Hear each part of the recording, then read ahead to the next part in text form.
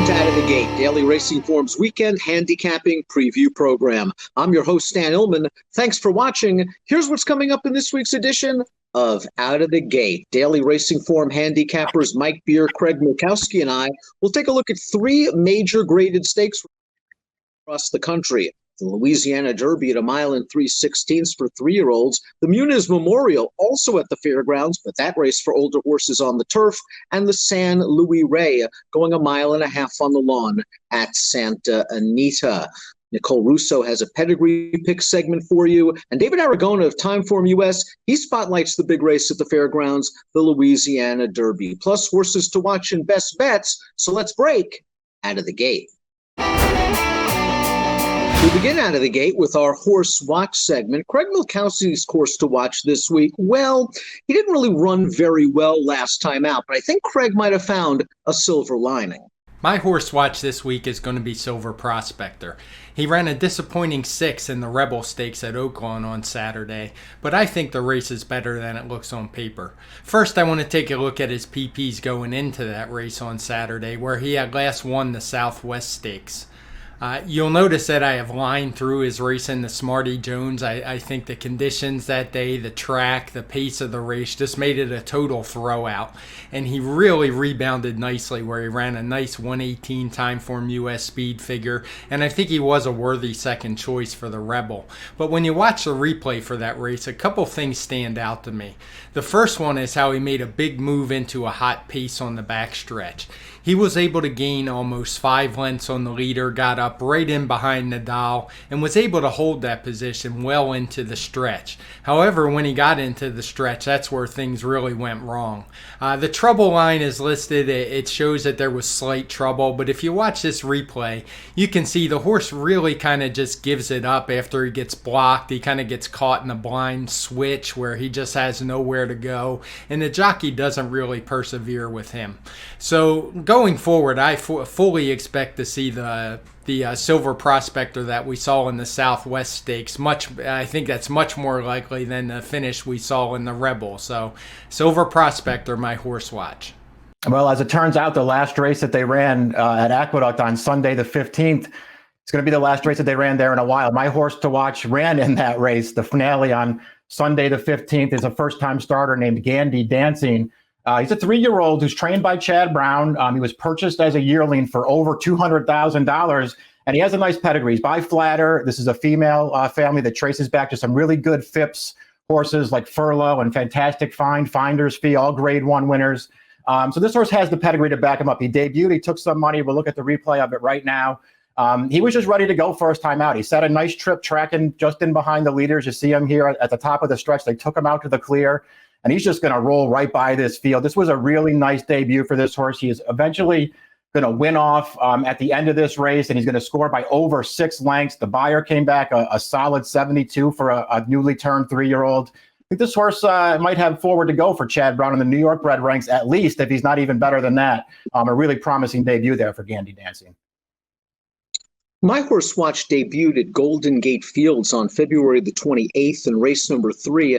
His name is Big Perm. He is a gelded son of Noble Mission and of the stakes-winning turf mare Lutine Bell. Let's take a look at the start of Big Perm's debut. Going 6 furlongs on the Tapeta surface, and he was very conservatively ridden while in between horses. The pace is not fast, and he's just in between. The jockey seems reluctant to really go on with it, and will eventually pick it up on the turn, and Big Perm is in behind horses with really no place to go, and he just has a lot of work to do. He'll eventually be steadied out from in between and is forced to go extremely wide into the stretch. So wide, as a matter of fact, that he's going to be out of the picture, and you don't know if he's even going to get a piece of this in the stretch. But we'll see in the last 16th of a mile, Big Perm really kick in. He will rally stoutly to finish second, only beaten a half length. He gallops out beautifully after the race. And to me, this is the kind of horse that I think was prepping for something going longer, either a 2-turn mile on synthetic or on the turf. That was a $25,000 maiden claimer, and that just seems like the right spot for Big Perm, a $14,000 yearling purchase. Let's get to some handicapping. The Louisiana Derby is the feature this weekend. Let's throw up the field for Saturday's DRF race of the day. It's the Grade 2 $1 million Louisiana Derby. This year, they're going 1 mile and 3/16 on the main track. Remember that you can download free Formulator Pass performances for the Louisiana Derby on the Race of the Day event page at DRF.com. And for expanded stakes previews of all the major stakes races this weekend, head on over to video.drf.com or the Daily Racing Form YouTube channel. Mike, the number 10 Enforceable, deserves to be the favorite in this race. We saw him win that rare 9-furlong Saratoga maiden for 2-year-olds last summer, and he's really done nothing wrong this winter at the fairgrounds for Mark Cassio, who, of course, used this route to the Kentucky Derby with War of Will last year. Does his running style ultimately concern you? He's a one-run closer. He's no War of Will in that regard. War of Will had great tactical speed. You have to always worry about horses with his running style because he will be at the back of the pack. And in a big field like this, he is going to need a trip.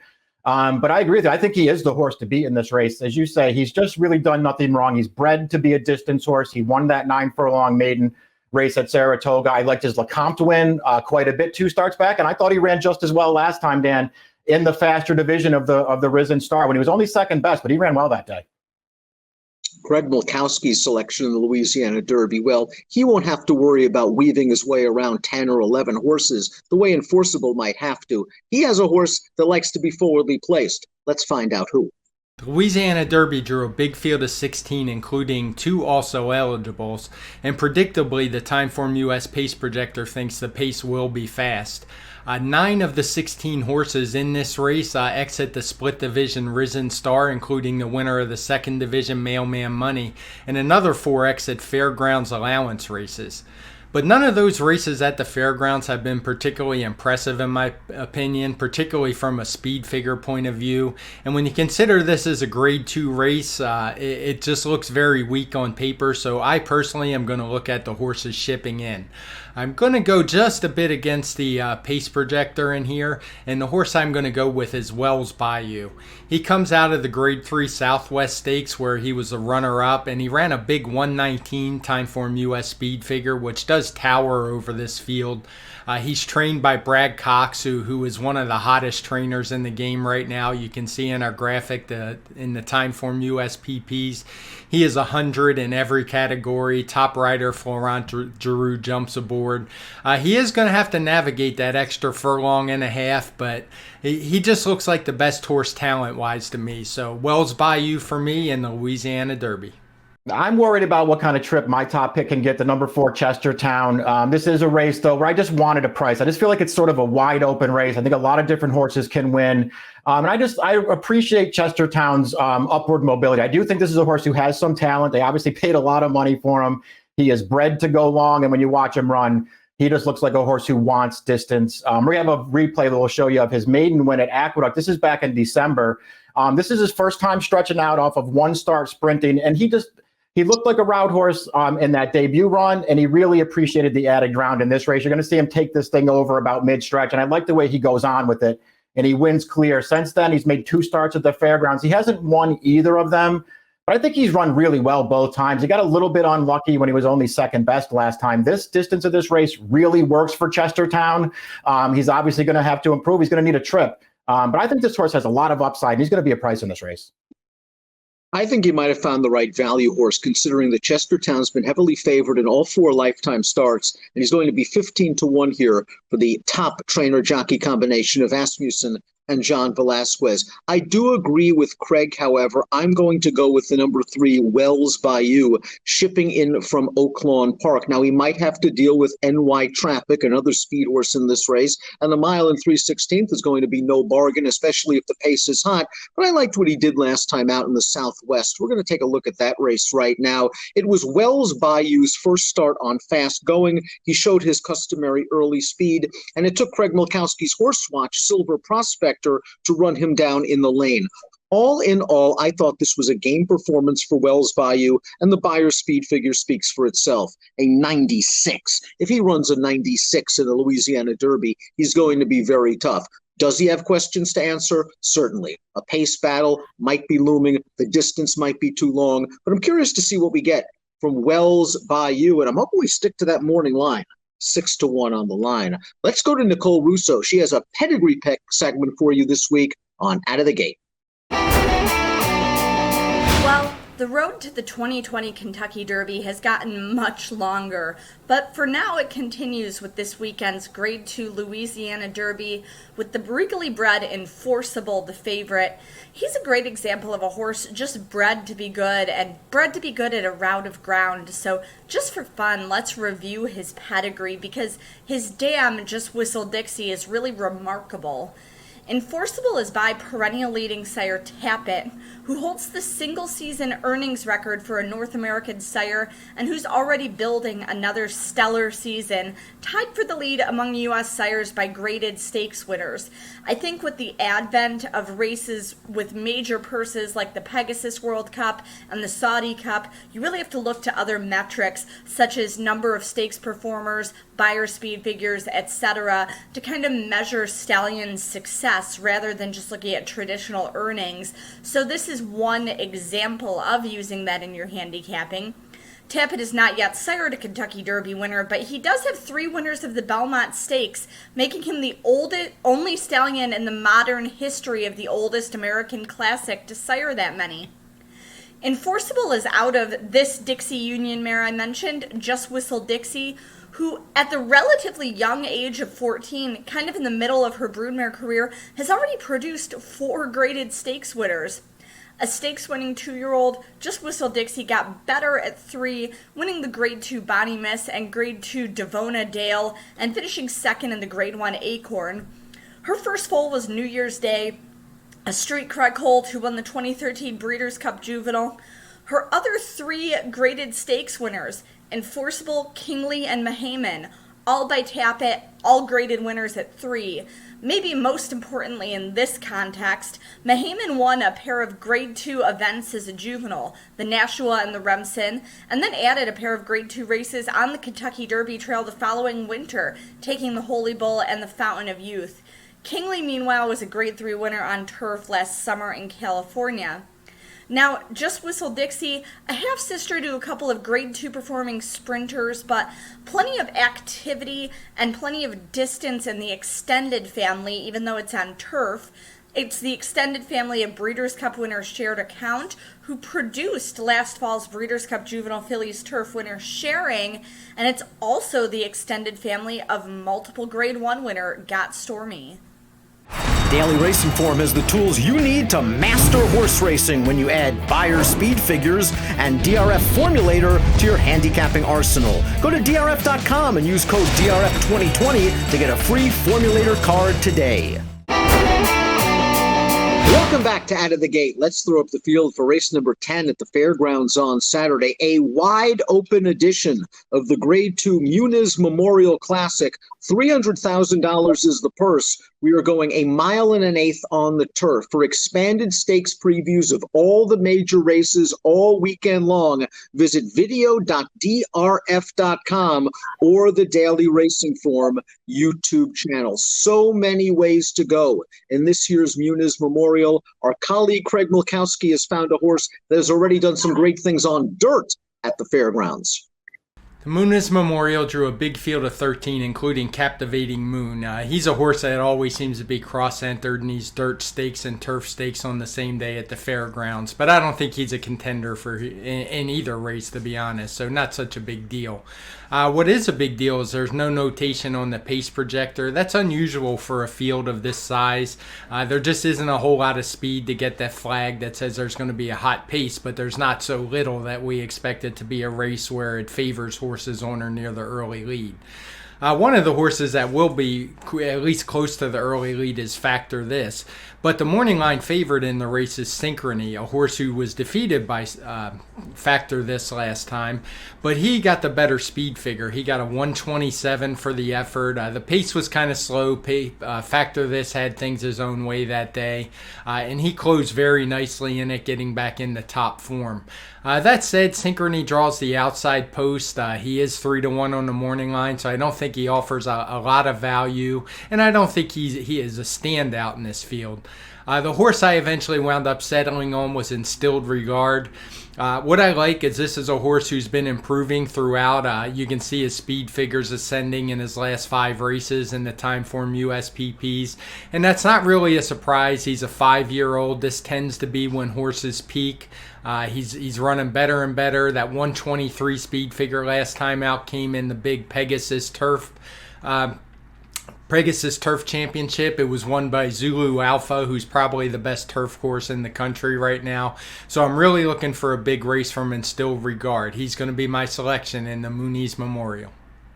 Well, Craig's top pick is my second pick in the race. I'm going to try to beat Instilled Regard in the Muniz with the morning line favorite, but a horse who I feel like could wind up, when all is said and done, being the second choice to Instilled Regard in this race. That's the number 12, Synchrony. He did not draw well in this field, but I just feel like Synchrony is actually a really nice fit in here. He loves the fairground turf course. This is a good distance for him. And even though he's a closer, I don't think he's going to be, badly compromised by trip in this race. He's not a horse who lacks any early speed. I think he can get a position from post 12. And I just like his form overall. I thought he ran really well off the layoff last time. It was his first start since last October. He got wired by Factor this in that race, but I really like the way Synchrony was finishing at the end of that race. I think he's going to take a step forward off it. And if he takes a step forward, he's going to be a handful in this race. I really respect Instilled Regard. I really respect Synchrony, but I think Channel Maker has it in him to win a race like this. He's a Canadian Classic winner. He's been a Grade 1 stakes winner on turf the last 2 years. He has loads of triple-digit buyer speed figures on his page. And his most recent start, the race we're going to take a look at right now, the Grade 2 McDermott, I thought was a decent starting off point. He was facing the best turf horse in the country in Zulu Alpha. And all in all, I thought it was a decent trip. He's in between horses, and he's going to finish an even 4th. With this race under his girth, I think he can improve. There are going to be a lot of folks that question his ability at this shorter distance. He's been making most of his hay the last couple of years at races at 1.25 miles to 1.5 miles. But earlier in his career, Channel Maker has shown the ability to win races at middle distances. I think he's going to be a decent price for Bill Mott, and he certainly has the credentials to win the Muniz. I'll go with Channel Maker in a wide open affair. Let's head out to Southern California, the San Luis Rey, one of 2 graded stakes races at the Great Race Place on Saturday. Let's throw up the field for race number 7 at Santa Anita on Saturday. It's the Grade 3, $100,000 San Luis Rey Stakes. We are going 1.5 miles for 4-year-olds and up. Remember, for expanded stakes previews of all the major races all weekend long, visit video.drf.com or the Daily Racing Form YouTube channel. We've got DRF Southern California analyst Brad Free's take on not only the San Luis Rey, but the San Simeon for turf sprinters. This race features not much pace. Go for a Ride, the number 5, has some early speed. There are a couple of strong closers in here, and Craig Milkowski might have found one at a price. The Grade 3 San Luis Rey it's just a small field of 7, and personally I think it is basically a 2-horse race. The obvious favorite is going to be Oscar Dominguez. He drops out of the Grade 2 San Marcos, where he was narrowly beaten by Breeders' Cup Turf runner-up United. He got a nice 118 Timeform US speed figure, which is better than most have run in this field. And he really does look like the horse to beat on class. However, that said, I'm going to look in the other direction. As I said, I think it's a 2-horse race, and the horse I like that I think is going to offer some more value in here is Warden Jerry. He's a horse who has run his best races at these extended distances. I just clipped out a small portion, the last 5 races of his PPs, and you can see his best efforts come at 1.5 miles and 1 3/8 miles. His other win, as you scroll further down in his PPs, is 1.25 miles. And you'll also note when he did lose to Oscar Dominguez a couple races back, he was a very close third, and he got a 119. So I think he's every bit as good as the favorite's going to be, as the favorite is, and he's going to offer more price.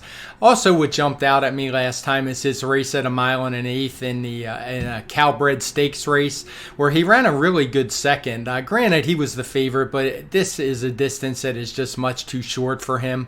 But he showed more promise than he has at this distance in the past. He made a nice move to get into contention early in the race, and he was able to finish it off strong. He was no match for Wound Tight, who just ran a real big race that day. But I think the conditions are perfect. I think he's got a little more early speed than the morning line favorite and can get the jump on that one.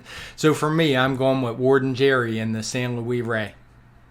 I really respect Craig's top pick in this race, Warden Jerry. I'm going to take a horse that got the better of Warden Jerry 2 starts back, though, in the Hollywood Turf Cup, a grade 2 at this distance at Del Mar. Oscar Dominguez was able to run down Warden Jerry in that race. I just feel like Oscar Dominguez might be a little bit better as a horse overall. Since that Hollywood Turf Cup, he's come back. His first start of the year was in the grade 2 San Marcos.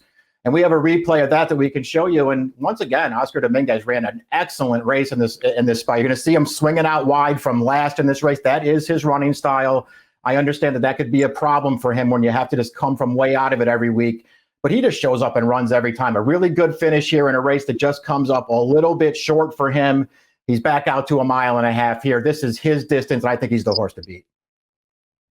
He might very well be the horse to beat. He's just in career form right now. But my top selection, the number 2, Camino del Paraiso, might be able to get the jump on this horse from stalking range. I think the 5, Go for a Ride, is going to set the pace. But Camino del Paraiso, sitting just off of that horse, might get the jump on both Mike and Craig's top picks, and he's in very good form right now. Let's go back to his most recent race, the Grade 3 Thunder Road Stakes. Now, keep in mind that this is only a mile race and that Camino del Paraiso is a 50-1 chance. He has a look at it. He's just not good enough to win this race, and he barely holds second. But the horse that beats him, River Boyne, came back to win the Kilroe Mile with a 99 Beyer speed figure, and is probably one of the top 10 turf horses in the country. The distance is a major, major question mark for Camino del Paraiso. His sire was capable at 1.25 miles.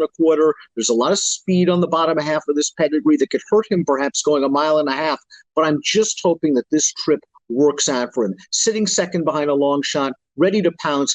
I think he's in front turning into the stretch, and we'll see how far he wants to go. David Aragona of Timeform US spotlights the big race at the fairgrounds on Saturday, the Louisiana Derby. For this week's Timeform US Spotlight, I'm going to take a look at the Louisiana Derby from Fairgrounds on Saturday, going 1 mile and 3/16 for the 3-year-olds. And we'll start by taking a look at the pace projector for this race, because I think it's important to discuss how the likely frontrunners are going to fare in this race, because one of them is a major contender, that being the number 3 Wells Bayou. I'll get to him in a little bit. He's likely to be contesting the early pace with the number 11 New York Traffic. They're the 2 main frontrunners in this field. The others are more stalking pace presser types, but given the fact that this field is so large, with 14 in the main body of the race, it does seem pretty likely that this race is going to feature a fast pace, and maybe that sets it up for one of the closers or the horses coming from mid-pack. Let's launch into some of the contenders quickly and look at the number 10 Enforceable first. Enforceable just seems like the horse to beat in this race. He's run pretty well in both of the preps that he's participated in so far at the fairgrounds. Couldn't quite get the job done last time in the Risen Star, but I still thought he ran a respectable race that day. Julien Leparoux gave him a really good ride, saving ground most of the way, peeling out in the stretch. Just couldn't quite get to the impressive winner, Mr. Monomoy, who's not back in this race, but I think Enforceable ran the best of those that were the also-rans in that first division of the Risen Star, and that was the stronger division of the race. That 107 Timeform US speed figure that he earned last time, not quite as high as some of his rivals have earned, but it's among the best of the horses that are coming out of the local fairgrounds races, and stretching out to the mile and 3/16 really should not be a big issue for this son of Tappet. The big thing for him is just breaking from the gate, because he's a horse that sometimes has trouble getting out of the stalls for the first stride or two. That could put him at a disadvantage if he's at the back of this 14-horse field in the early going, but he does have the talent to win this race, and I do think he's a horse that you want to use prominently. Another horse that I think you have to consider is the one that I mentioned at the top, the number 3 Wells Bayou. He is the likely speed of this race, and he set the pace last time in the Southwest, nearly going gate to wire, just getting run down in the late stages by that Steve Asmussen runner, Silver Prospector. Now, Silver Prospector did come back to run pretty poorly next time in the Rebel. Not going to hold that race against Wells Bayou, though, because Wells Bayou still did earn a pretty high Timeform US speed figure for that Southwest performance. That 119 number is the highest among any of the horses in this field, and certainly higher than all the horses that are coming out of the fairgrounds races, so that makes Wells Bayou a major contender here. The one thing you have to worry about is that was the only time he's posted a number like that, was that last race a fluke. It was his first start on a fast track, so maybe that allowed him to run a faster race, but here he does have to get the mile and 3/16 distance with some early pace pressure. Those are all unknowns. I respect this horse's talent. I'm not putting him on top, but he's a horse that I definitely want to use underneath in this race. Another horse that I think you want to use underneath is the number 9, Portos. This is just a horse that I think is going to be plodding along at the end of this race like he always does. He got a piece of the Withers last time, finishing behind the impressive winner of that race, Max Player, a few weeks ago at Aqueduct. Just doing what Portos usually does. He doesn't have much of a turn of foot, but he does stay on well at the ends of these races. The mile and 3/16 distance should be really ideal for this horse because he's going to get pace to run into, and he's going to have that long stretch at the fairgrounds to work with. All of those things are positives for him. Just not sure if he's quite fast enough to get over the hump and beat all of the horses in this field, but I do think he's likely to make his way into the trifecta or superfecta in this race, so I'll be using Portos underneath in my exotics wagers. My top pick, though, in this Louisiana Derby is the number 12, Muniz Map. He's a big price on the morning line at 30-1, and he's just a horse that I think has a good chance to outrun his odds in this race. Let's go all the way 3 starts back and talk about his December 21st optional claiming win. I still really like that performance because he ran down Mr. Monomoy, who was the subsequent winner of the Risen Star, actually the better division of the Risen Star, so he was beating a really good horse that day, and he also defeated Accession, who came back and was a close second in the Rebel last weekend, and Muniz Map ran legitimately well to win that race despite the low speed figure because he overcame that blue color coded time form US pace figure situation, indicating that race featured a slow pace. So he ran better than it seems to win that day. Look, he didn't run well in the Smarty Jones 2 back. I'm not sure what happened that day. He got a good trip. He should have performed better. But last time out in the Risen Star, that's a race that I think you can give him a pass for because he was in that second division of the race, which was one that was totally dominated towards the front end by horses who saved a lot of ground towards the inside, like Modernist and New York Traffic, the 2 pace setters that day. I just think that his rider, Corey Lannery, made a bit of a tactical error deciding to take Muniz Map so far back off the pace that day. A lot of horses in that second division of the race were having trouble making up so much ground, and Muniz Map was really passing horses quickly at the end of that race. He was just given way too much ground to make up in the final stretch. This time out, the pace projector is predicting that Muniz Map is going to be much closer to the pace. I think Tyler Gaffalione will reverse the tactics a little bit, put him either in mid-pack or up into a stalking position, and he's got to handle the mile and 3/16, but that's a question for all of these horses. We've seen the progeny of Muniz Map really not have a whole lot of trouble with added ground, so I'm hopeful that Muniz Map can handle the distance, and I think Mark Casse has a pretty strong hand in this race with Muniz Map, who I do think is the right value play and is my top pick here, and the number 10 Enforceable, who is that reliable favorite that I think you have to use in all of your exotics and multi-race wagers. So that's my look at the Louisiana Derby on Saturday at Fairgrounds. Now I'll send it back to the studio. Time for our best bet segment here on Out of the Gate. Craig Milkowski has found something at Oaklawn Park. He's found a 1-run closer in a race jammed with pace. My best bet is going to come from the Gazebo Stakes being run at Oaklawn on Saturday. It's a race that drew a solid field of 8, and there's just a ton of speed in this race. So I went looking for a horse who likes to come from off the pace, and that was actually kind of hard to find, but I eventually settled on Lycan. He's a horse who showed a lot of speed early on in his career. He was one that liked to race up right on near the lead. That's how he broke his maiden. But as of late, he's a horse who has shown a new dimension. He's able to come from off that pace. His form's a little darkened. He had a couple races, 2 and 3 races back, where he had absolutely no pace in the race and just wasn't able to get much of a run in. But his last race was impressive. He beat a horse named Tuggle, who's another promising 3-year-old sprinter. He showed some really good form as a 2-year-old, and I just think this race sets up well for Lycan. His 1:11 time form US speed figure is very competitive in this field, and he's going to offer some value at 8-1 on the morning line. So once again, my best bet is Lycan in the Gazebo Stakes at Oaklawn Park. I had to call a little bit of a late audible here for my best bet with racing suspended in New York. I'm going to go to the fairgrounds on the undercard of the Louisiana Derby and go to a horse on the turf in a little $100,000 stakes race, Winning Envelope. This is a filly who is a closer, and as such, she really needs trips in her races. She's been unlucky more than once, but when she gets a trip, she can really run. Let's look at a replay of her most recent race. This is at Sam Houston in the Jersey Lily Stakes, and she got a trip this day. She's at the back of the pack, but if things are going to open up for her right here at the top of the stretch, she gets clear between horses, and she's going to fire a good one here to run right over Dream Passage on the lead. Dream Passage is also back in this race, and she's a dangerous horse when she can get loose on the lead.